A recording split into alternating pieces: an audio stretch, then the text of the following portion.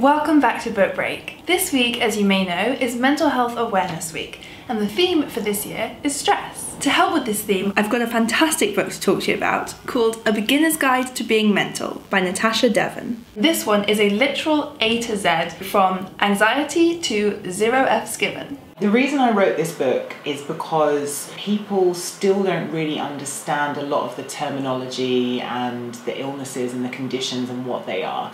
So this is essentially my attempt to get everyone on the same page, literally. So in this episode of Book Break, I'm going to read Natasha's chapter on S is for self-care, and I'm going to try out some of her tips, and hopefully I'll never be too stressed in the workplace again. What Natasha makes clear in her book is that stress is just an inevitable part of our daily working lives. It's something that we can all relate to, something that we all have to deal with, but even though it's not inherently bad, we do all have a limit. And a really good way of looking at it that Natasha talks about in the book is that we all have a stress container, and that everyone's containers are different sizes, and that might be due to your personality or due to things that have happened to you before in your life. And when every little source of stress in your life is adding, so whether that's you wake up and the house is messy, or you have a nightmare commute on your way to work, or you get to work and you have a ton of emails to deal with, at some point it's going to overflow.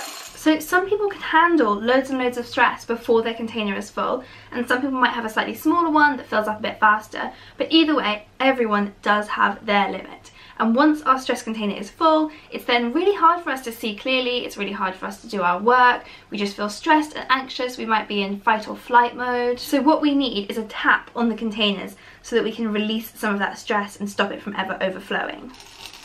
So that's kind of the basics of the stress container metaphor that Natasha talks about. But you've got to be really careful with what you use as your tap, because some of the really common ones might not actually be that good for you. So it's pretty common to get home from a difficult day at work and think that you want a glass of wine. That's definitely something that I do. Or you might indulge in some unhealthy foods. And again, there's nothing inherently bad about having your wine or having your treats if that's a decision that you've consciously made to have. But the problem is when we start defaulting to these, let's be honest, not very healthy habits as the only way we know how to release stress. When we start using unhealthy things on a long-term basis, the problem is we end up just adding more stress back to our stress bucket. And you can see what a mess that made. So what is the answer? Luckily, Natasha has given us some great self-care tips to stop our stress containers from bubbling over. The first, as you've no doubt heard before, is exercise. But when you've got a busy work schedule, I know you might feel too exhausted to hit the gym at the end of the day. So how about waking up just 20 minutes earlier and going for a run before work? Or you could simply skip the tube and walk into the office instead.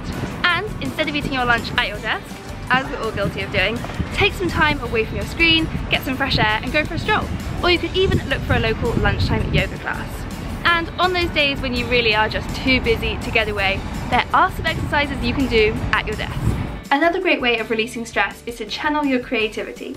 Reading and writing are my favourite ways of being creative, but music and the arts can be a really good way of expressing yourself on those times when words, dare I say this when I work for a publisher, sometimes don't quite cut it. At work, it can be as simple as taking a few minutes with your earphones in to listen to your favourite song, or you might look for an after-work art class a few nights a week. And you can actually make your work itself more creative by hosting brainstorms with your colleagues and experimenting with tackling old problems in a new way. Now, you've probably been waiting for me to mention mindfulness, which is one of the most famous forms of self-care. All mindfulness actually means is a state in which you're not dwelling on the past or worrying about the future, you are just living in the present.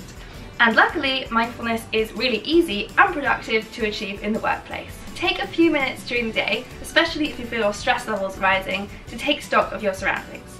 Notice the feel of your body in the chair, the feel of your feet on the ground, notice the sounds of the office, and notice your breathing in and out without trying to control it. You don't have to do deep yoga breaths, just be. And of course, one of the best things that you can do for your stress levels is to get enough sleep. So switch off your phone nice and early. Reading is a much better late night activity, and Instagram will still be there in the morning, and aim to get about 7 to 8 hours of sleep every night. Probably the thing that I find most effective for emptying my stress bucket is getting out of the house, even when I really don't feel like it. Like, say it's my only day off that week, your instinct is to kind of hunker down with your duvet, watch an entire series of something on Netflix, and there's nothing wrong with that at all if that's what's going to relax you. But for me, I sometimes find that that can add to my anxiety because I'm just sort of sat there with my thoughts, and I'm somebody who has quite a lot of nervous energy. So I like to get out and go for a walk, find somewhere green, go and spend some time with nature, with trees, with grass. And that fresh air and exercise is, you know, one of the top things that you can do to create endorphins and empty your stress container. You are a more effective employee, you're more effective for your business if you take regular breaks. That's your processing time. That's when you're going to get your most innovative ideas. Like, we've all had our most brilliant ideas at 2 o'clock in the morning. There's a reason for that. That's when your brain is working stuff out. So I think bosses need to drive the message home that they know that this is going to make their employers more professional, not less. So what self-care routines do you have in your day? Do leave a comment below with what you find the most helpful, because then we can all find these really great tips and tricks for us all to try out. And next week on Book Break, we're going to be talking about the books behind Benedict Cumberbatch's new role, Patrick Melrose. So do hit that subscribe button to make sure that you don't miss out on that. See you next time!